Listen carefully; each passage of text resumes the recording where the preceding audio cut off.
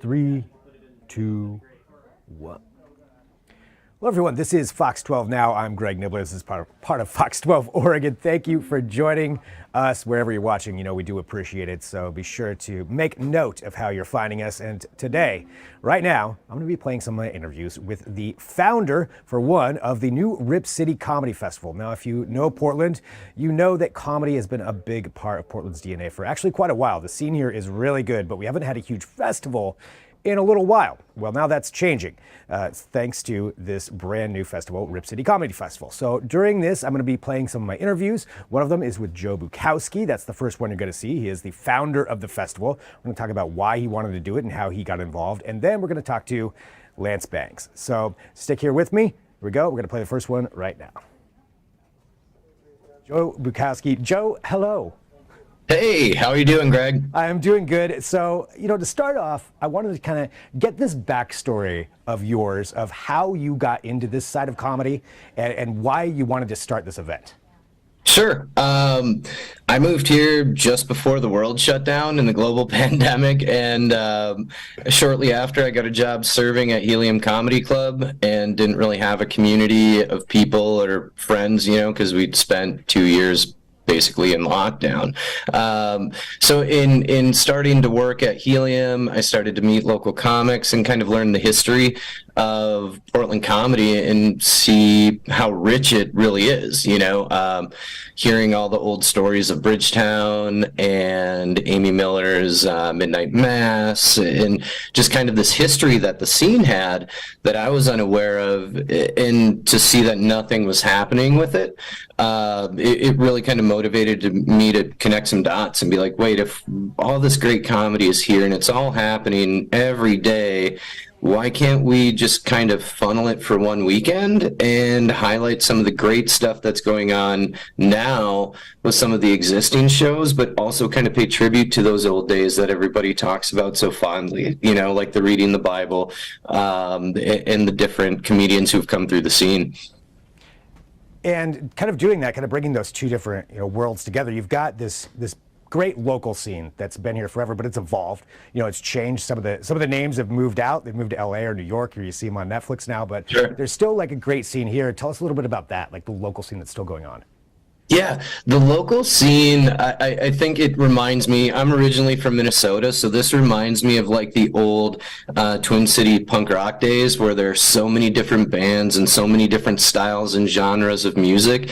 This scene is a lot the same in that there are so many high-level comedians that have such a diverse skill set or ability or format, that it constantly keeps evolving to where it's no longer just about having a solid 5 or 10 minute set. It's about how can we be more creative with presentation, or how can we push the envelope a little bit more by interacting with the crowd or creating some of these theme shows. Like this weekend, we're going to have Leave Your Troubles, which is a very popular local show where comedian or performers will answer questions or kind of solve the problems of the audience in a riff format. And that'll be with like Blair Saki and Jason Ellis and Rachel Wolfson. It's creating this sort of unique environment where the scene and the quality of the comedian, or the comics, if you will, I guess, is really evolving at a very fast rate post-pandemic, and it's fantastic to see. Like, you can just go to a local bar or a tap room in Portland and see comedy that could headline in other towns, just hanging out for 10 minutes, and that's fantastic. I think that's certainly been the case. I mean, talking about that, so many of the acts from Portland or people that were in Portland, maybe they've gone on to some bigger cities, but you have a lot of them coming back this weekend too. So like, just how fun is that, right? So like, cool. What is going on? It's crazy to me that like, sorry to cut you off, but I hear that and it's just like, yes, like that's the vibe, right? Like, we're not just bringing in Amy Miller for Midnight Mass, like we're flying in Ira, the old piano player from Chicago, and Curtis Cook and Gabe Dinger, and these guys who like the comedians now kind of like cut their teeth with, or like kind of grew from, in that we're paying tribute to that, and those guys are coming, man. It's so cool. Like, yeah, that's awesome. It is. It's great. And when talking about the the diversity of shows, because you mentioned there's all kinds of different comedy that's going on. Can you kind of speak to that a little bit more as far as what someone, if they went to every night of the festival, what different kinds of things could they see? Yeah, absolutely. So we talked a little bit about the theme programming, like the Leave Your Troubles and stuff like that. But we're doing some really fun programming all throughout the week that's going to incorporate the standard showcase environment. So you'll get to see the 5-minute, 10-minute sets, some really great comedians like Kate Murphy, Shane Brendan, the names that you know from here, but also some of the concept shows that we're bringing in really speak to the diversity of what we've been able to build here in 1 year. We're bringing in shows. So Thursday, we're going to have Femmes the Rules at Rogue Brewing, and I'm really excited for that show because it's a completely unique format where a non-binary comedian or female comedian will actually be on stage with the male comedian while they're trying to perform their set, and give them rules and try and break them a little bit and serve as like the heckler to the show in a really fun and organic way. And having people like Simon Gibson or Pallavi Gunlin come up from LA with the original producers to do that show is great, and then following that up, Reading the Bible with Dan, that's kind of a legendary Portland show that caps off Thursday night, and that's going to be the last time ever that Reading the Bible with Dan is going to be produced, so it's kind of special to be a part of that too, and like I said, outside of the showcases, we have the Jason Ellis podcast. Jason Ellis is a former Faction DJ, pro skater who has a huge following with his Jason Ellis Live. Him and Tully are going to be in town jumping on different shows, but that podcast is definitely going to be a lot of fun, Well, I think for you, Joe, I'd like to hear your pitch to anybody who maybe hasn't been out to see Portland comedy or is relatively new to it or isn't sure what it's like to go out to it. What would you tell them how would you encourage them to come out to something like this? Why should they? I think that if you're new to comedy, you know who you like maybe from Netflix or something like that, or you haven't really experienced a local comedy scene. This would be the weekend to do that by getting doing the wristband and being able to pop into these different shows and experiencing what sort of format or what sort of comedians you like, and finding new comedians. We have a lot of the old standbys and the really successful Portland comedians, but there's so much diversity with this festival that I feel like if you just attend one show, you're not going to be able to get the full breadth of what we're doing and how we're representing the current state of Portland comedy, but also paying tribute to that stuff from back in the day like Bridgetown. And I think you'll leave this festival with a really strong understanding of how healthy this scene is and how lucky we are to have such a diverse comedy scene here in Portland. Well, Joe, I want to thank you very much, for spending some time with us. I think the final thing I want to ask is just for you. I mean, you're the founder of this. That's a lot of moving pieces for a festival. Yeah. You got multiple events, different comedians flying in. I mean, all of that stuff. How are you holding up for all this? I'm fine. I think doing the best I can. It's fun to. I think coming out post pandemic, it's fun to actually have something that you can sink your teeth into. I'm really looking forward to this weekend and shaking hands with people who I've had months of email conversation with, and just letting them do their thing and putting them in a position to be successful and for the crowd to be entertained. And then I'm looking forward to going on vacation on May 7th, and I'll see you next year. So That's good. Well, Joe, thank you very much for being here. Again, Rip City Comedy Festival is May 4th through 6th, so check out all of that there. Joe, thanks for spending some time with us. Yeah, thanks so much. All right, I need to turn up my volume there. All right, thanks for joining us, everybody. Again, I'm Greg Nibbler. This is Fox 12 Now, and we're playing some of the interviews that I had related to the Rip City Comedy Festival, which starts today, runs May 4th through May 6th. The next interview is actually with Lance Bangs. Now, you may know the name Lance Bangs already, but if you don't, he has directed a lot of things. Music videos from Green Day, from Andrew WK, the Yeah Yeah Yeahs, Arcade Fire. He's worked with Kanye. If you've ever seen a Jackass movie, he's been involved in that in some way, shape, or form, as far as filming it, producing it, all of that stuff, directing. So he is certainly a staple of music and film, but he's also involved in comedy. And that is what we talked to him about how he's involved in it. He's actually filming for this interview live outside of one of the venues. So the audio cuts out a little bit, so you just have to kind of bear with that.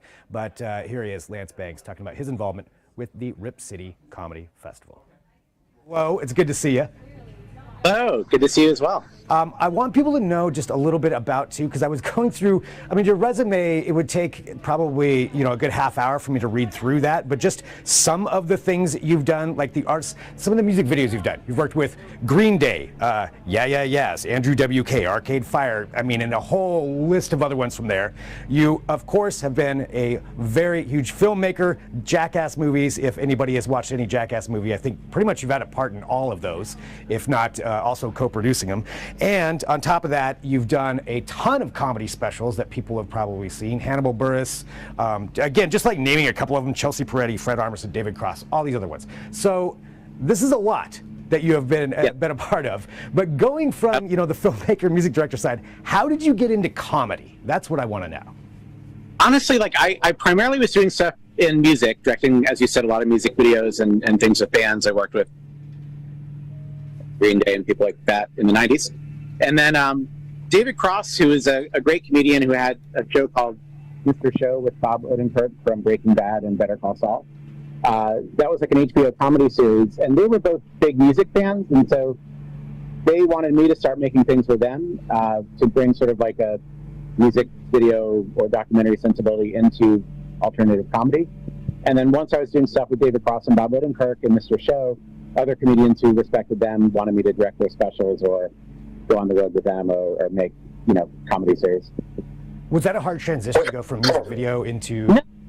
No, I'd grown up watching, all sorts of comedy stuff in my youth and loved it, and was happy to kind of make that transition and start working in those formats of comedy as well. So, talking about Portland specifically with comedy, what is it that's here now? I know you were a big part of Bridgetown. You had your Lance Bang Presents part of it, and I think that's what you're doing for this one. But what got you involved with the Portland comedy scene specifically?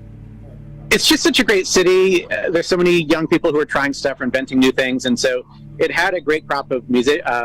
Comedians like Ian Carmel, Ron Funches, Amy Miller, people that were here doing great work, and so when Matt Bronger and Andy Wood started the Bridgetown Festival here, it made sense. And around the country, young people wanted to come visit Portland. It was a city that you'd maybe heard great things about or were curious about Elliott Smith or Slater-Kinney and other things that were going on musically. So it just was very good at supporting a lot of people traveling here from outside areas to come explore Portland, go to restaurants, go to bars, and see stand-up comedy. That lasted for about 10 years in the format of Bridgetown Comedy Festival. Basically, a lot of those comedians became successful down in Los Angeles or New York, and so we're happy that now there's this new crop of people, Joseph Bukowski putting on, a kind of a small, independent, first-year version of a new comedy festival for Portland. And talking about it, from that standpoint, of bringing something back, first-year comedy festival, what is it that you're most excited about this? Is it the artists coming back into town or some of the newer artists? Like, what makes you so excited? I'm excited about the energy of Joseph and the people that wanted to put the festival together. I'm excited about the world of kind of like seeing all the new comedians in their 20s that are doing weird stuff or trying things out or learning how to be great on stage and learning how to make people laugh. I'm excited about the energy of just kind of walking around parts of Portland and going to venues.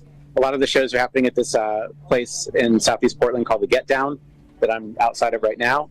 It's like a great 250 capacity room that is a great setup for live music and comedy. And I'm excited that places like this are popping up and that people are getting together and having great things happen.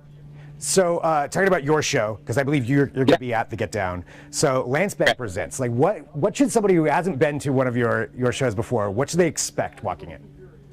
What I typically do is I find people that I've been making things with, and so it might be TV shows that haven't come out yet, or specials that I'm working on, or music videos that I've put them in, acting in cameos. And then I'll also kind of show people that I'm excited about that I want audiences to see and explore. And then I typically also show rare and unreleased footage from things I've made. So there might be like things we shot for a Jackass skit that never made it for different legal reasons, or things I shot for people's stand-up specials where things went off the rails, or something goes crazy in the audience and the comedian starts making up funny things while they're scrambling as we're trying to fix things. So it's a bunch of rare footage like that I'll show some clips and tell some stories. I'm excited to have Amy Miller, who's one of our great Portland comedians, who's doing all kinds of huge shows around the rest of the country and being on TV appearances. She'll be back that weekend. We've got Portland's Funniest Person this year. I was one of the judges that voted on that competition. Shane Brendan, who won that, will be performing. A younger performer, Jordan Kasner, that I'm very fond of, based here in Portland, is performing. I'm bringing Rachel Wolfson, who's a stand-up who appears in the most recent Jackass film, Jackass Forever. She's going to come up to make her Portland debut. A younger performer, Ruby Setnick, who I met watching her perform in Sacramento. She's moved to New York recently, but we flew her out to come perform in what would be her Portland debut. And other surprises and other guests that we can't quite officially announce. But it should be a great night, and I'm excited for everyone to come see it. Final question for you. That show sounds amazing. For anybody who hasn't gone to maybe a comedy festival or is unfamiliar with going out to a comedy show here in Portland, what would you recommend for them to do, or why should they come out and go do this? It's like a great opportunity. The weather's going to be nice. It's just good to kind of socialize and explore Portland and support the venues that have been trying to kind of keep things going in different parts of town.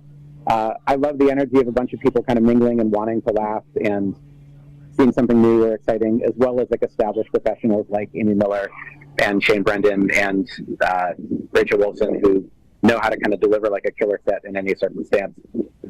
Seeing young performers you might not have checked out before.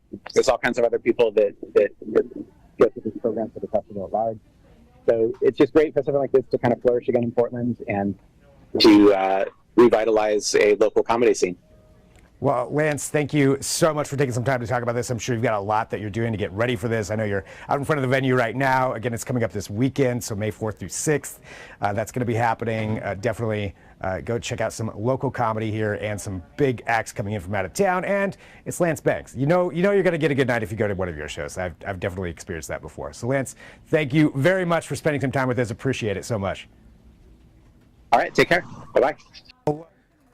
All right, there we go. Talking to Lance Bangs. And again, the Rip City Comedy Festival is happening May 4th to May 6th. So that's today. So there are shows out there you can go check out. We appreciate them spending some time with us to talk about that and what that means for the city. It's always something cool to have to go do, to go see some comedy, and you get to see a lot of different comedians all at once. And this is Fox 12 Now. I'm Greg Dibbler. I appreciate all of you joining in. If you're new to this program, well, we're going to be having a lot more coming up for you. So wherever you're watching us, well, that's a place to find us. So remember that and follow along. And of course, we've got more information at kptv.com for everything that we talk about. And I think that's it for today. So I appreciate you all tuning in. Again, Greg Nibbler, Fox 12 Oregon.